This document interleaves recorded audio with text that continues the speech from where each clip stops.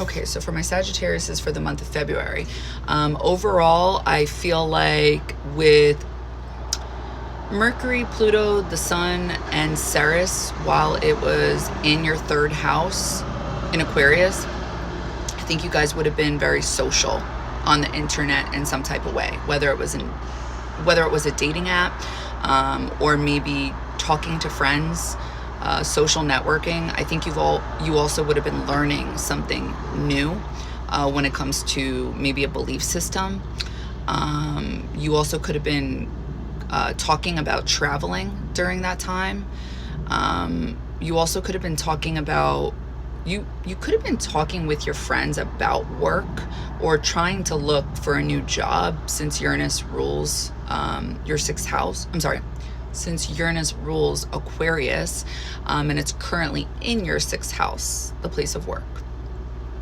So you guys may be looking for a job that you feel more appreciated in, a job that you feel is more seen, where you're seen, or just a job that feels, that you guys feel passionately about.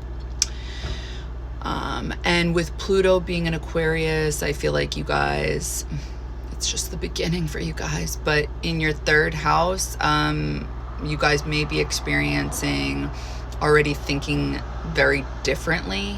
Your thoughts may be transforming when it comes to how you speak, what it is you talk about, also your groups of friends, because whatever Pluto touches, it's never the same. So if Pluto talks about transformation, showing the shadow in order for you to get to your light, I think this is happening in your third house, because it's going to be changing either how you speak, or who you're friends with, or what it is you're into when it comes to learning, or how you go about learning. Ceres, it could have been very healing to talk to friends during that time. So in your fourth house, Pisces energy, there is Ceres, Neptune, Saturn, North Node, Mercury, the Sun, and then later on the new moon. I think you guys will want to do some type of inner work when it comes to your feelings.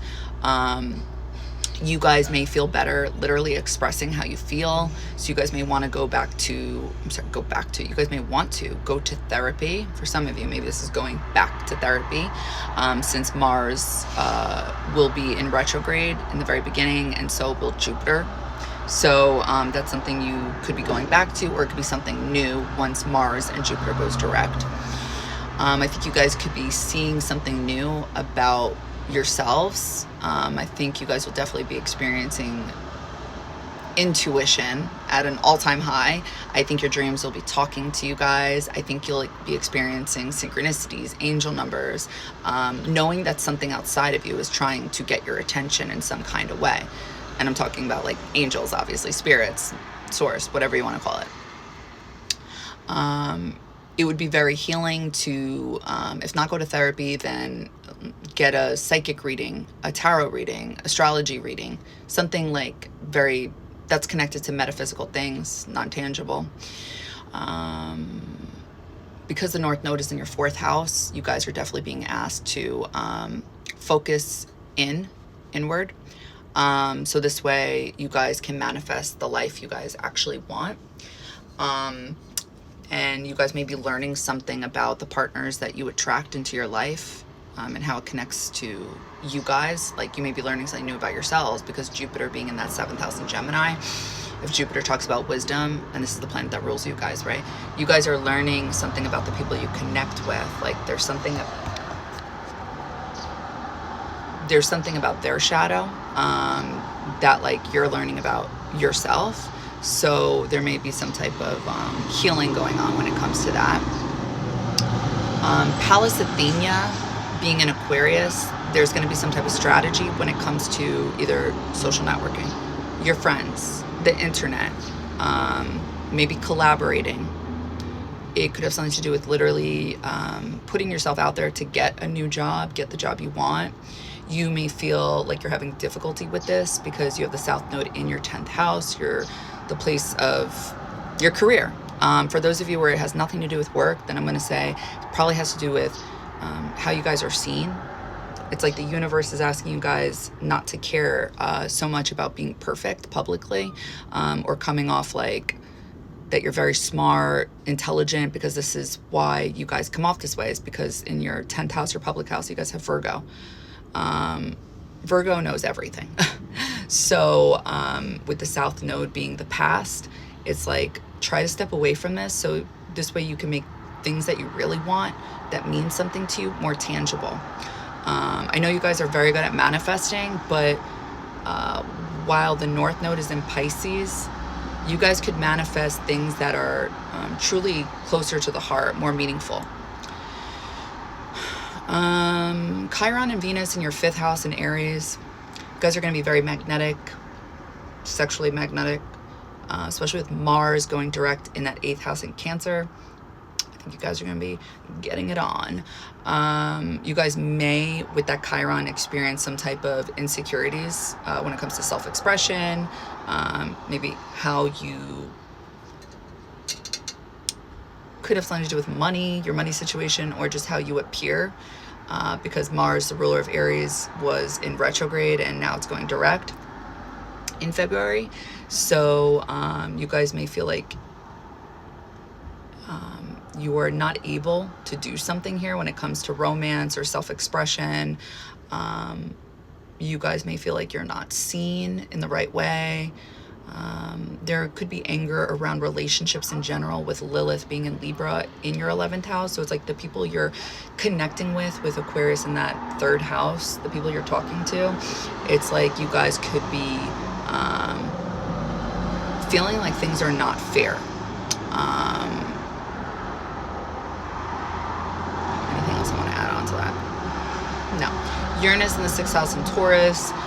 There could be a shakeup when it comes to your job, your daily regimen, how you guys heal, how you guys take care of yourself. You guys are being asked with Aquarius in that 3rd house to do things like positive affirmations, connecting to your spirit guides, but on a higher level. Since Uranus is the higher octave of Mercury, it's like not being necessarily the oddball, but just like a higher consciousness you guys are being asked to connect to with your thoughts, and like on the daily with that Uranus in the 6th house daily regimen. Like this can help you guys heal. That's what I'm getting. Anything else I want to say to that? No. Jupiter in retrograde in Gemini, and then it goes direct. I think there was probably a redo when it came to serious relationships, not just romance, but business partnerships or just friends where maybe, you know, there's some type of serious commitment to, whether it's like they owe you money or vice versa. You may have been seeing something that you didn't like when Mars was in retrograde in your 8th house. There may have been some difficulty here with people close to you. And then once Mars and Jupiter goes direct, you may be taking action based on whatever it is you witnessed that was going on or felt. I think you just would be learning a lot about the people you connect to by law of attraction and what this says about you guys. You guys are definitely meeting the right people during this time to connect with, but it may be more so to learn, because Gemini is a learning energy. But you guys are being asked to connect with people, the type of people that you value, because with Uranus ruling Aquarius in your 3rd house, you guys have the, oh wait, I just botched it, hold on. You guys are being asked to learn on a deeper level what it is you value, because Taurus energy, this is what, this speaks of. Wait, why am I freezing? Hold on. Okay. I don't know where I was going with that. Sorry, I messed that up. Uranus being connected to the things you guys value. There's a shakeup here. So you guys are questioning the things that once meant something to you. It's like you don't feel the same way about it anymore. And Uranus ruling Aquarius, which is your 3rd house, your thoughts. It's like, this is what's going on here. You guys are literally being asked to reconsider what it is you value. So, Mars being in Cancer in your 8th house, I think you guys would have been dealing with some bullshit. That's what I think. You guys would have been dealing with some BS, either with the mother or the family, the home, or people you have slept with, just because Mars was in retrograde. It's in the 8th house. When Mars is in the 8th house, you're basically experiencing bullshit. You're experiencing passive-aggressive moves, or frenemies, people just not being direct. Mars is very direct energy, but the 8th house speaks of the things you cannot see. So it's like things are happening behind your back because this energy is not being direct with you. But the thing is, with the 8th house, it's very intuitive, and you guys have this in a water energy. You have it in Cancer. So I think you would have felt very much so who was, you know, loyal. Mars is loyal, and son of a bitch. You would have realized who was loyal and who was not, who you're fighting, because Mars is the soldier, it's war. Also, I think this would have messed with you guys in regards to not feeling confident about certain situations. Honestly, more than likely, it's probably either romance or home. Why? Because Mars rules Aries, your 5th house, romance, and it's also the child. And Chiron is already here. So I feel like there would have been some type of inner conflict there. And Lilith being in Libra in general, like just relationships in general, it's like, something doesn't feel fair. So yeah. What else? And Mars traditionally rules that 1st house, and right now you guys have Juno there, soulmate energy. So it's like, I feel like you guys are being asked to just like reflect, go within, be your own soulmate based on everything you've been learning. Full moon was in Leo in the 9th house. Something would have been illuminated when it comes to religion, a belief system, spirituality, maybe traveling, because when this happened, the sun was in Aquarius in the 3rd house. Something could have been illuminated when it came to work as well, since Uranus rules Aquarius. This is possible. But I think something more so would have been illuminated when it comes to how you guys, I want to say either philosophy or like the idea of romance or the idea of self-expression, something connected to like 5th house topics. That's what I want to say. Because the 9th house is very dogmatic. And if something's being illuminated here, you guys may have learned something that you feel very passionate, but also stubborn on. And then it's like you could have realized, oh, maybe this needs to change. Maybe this needs to whatever, XYZ. South Node of Virgo, 10th house. I already said it, but you guys may not feel appreciated at work. You may feel not seen. You may feel like you want to change your job, especially with Uranus being in your 6th house, work. In fact, when Pallas Athena was in Capricorn for you guys in your 2nd house, your money, your wallet, you guys were probably thinking of some type of strategy, how to make more money, or how to get a job that feels where you feel you feel something for. So it's almost like Source is asking you guys to step away from, besides like looking some type of way publicly, like well put together, or speaking in a way that is socially acceptable, you know, typical Virgo things, not wanting to be wrong publicly. It's like the universe, okay, the universe is asking you guys to connect more with yourself, with North Node and Pisces in the 4th house, especially since Cancer traditionally rules the 4th house, and this is your inner world. So it's asking you to either make the dream come true when it comes to your career, work from home, especially since Pisces traditionally rules that 12th house in Scorpio. So money is very important. I mean, it's important to everyone, right? But to what degree is very different. But this is more so on your mind, because Pluto, the ruler of Scorpio, is in your 3rd house. So you may be thinking how you can make money off the internet, how you can make money with friends, how you can make money collaborating. Yeah.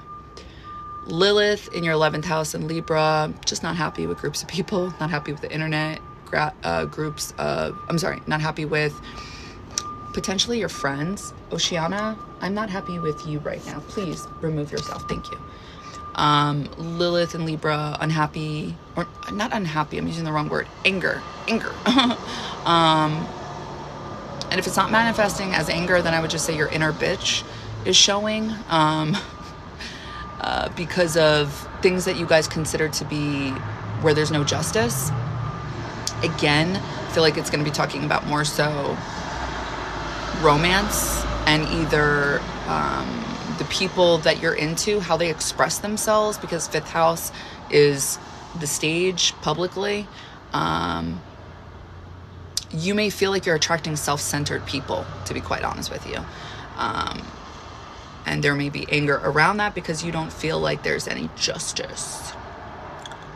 Juno leaving Scorpio and entering your 1st house in Sagittarius. When Juno was in Scorpio, you guys may have really wanted something deep, intimate, the truth, you know?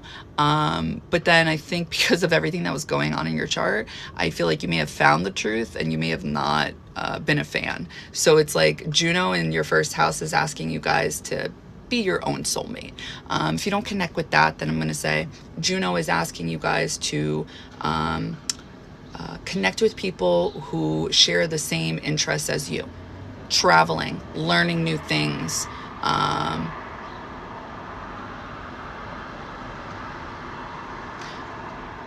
did I mention this? A freedom-oriented individual. Like, you guys need this big time. Also, I feel like I just realized this. With Jupiter being in Gemini in your 7th house, you guys are attracting people intentionally to help you guys not be so fixed or dogmatic when it comes to your beliefs and your thoughts. Connected to, I said that weird, but things you guys feel dogmatic about. Where am I getting this? Because your 9th house is in a fixed sign. It's Leo. So it's like, you can't change Leo energy. It's like once they make up their mind, that's it. There's no changing it. It doesn't matter. So since Jupiter traditionally rules your 9th house, right? You guys are meeting people that are mutable. They're open. They're flexible. This is Gemini energy. It's mutable, flexible, and it likes to learn everything. So you guys are being asked to like expand upon this, like open your mind a little bit more. And you're probably attracting people, at least I would think,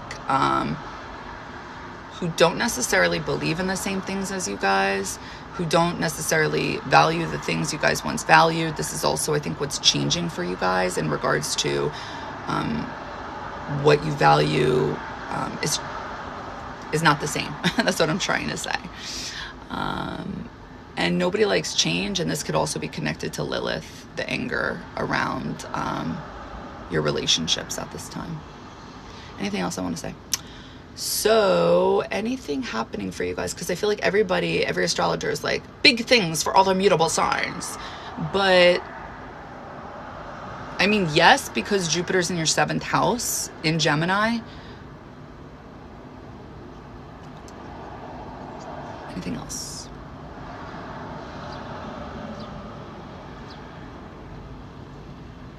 North node in the 4th house. That's nice. That's sweet.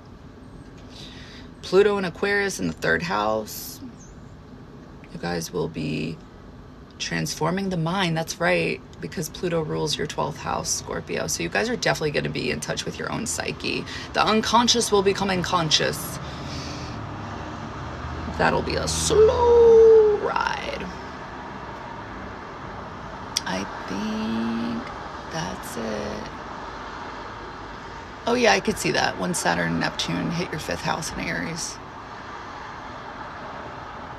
And Uranus goes into your 7th house. Gemini. Well, it's a bumpy one. But it's good because you'll be learning new things. You'll truly be learning about freedom-oriented people. You guys think you're freedom-oriented? Wait till you have Uranus in your 7th house. So yeah, I think that's really it. Yeah, I definitely agree. I could see why it's going to be a very interesting year for you guys. Okay, all right. Wish you guys so much luck in the month of February. Bye, guys.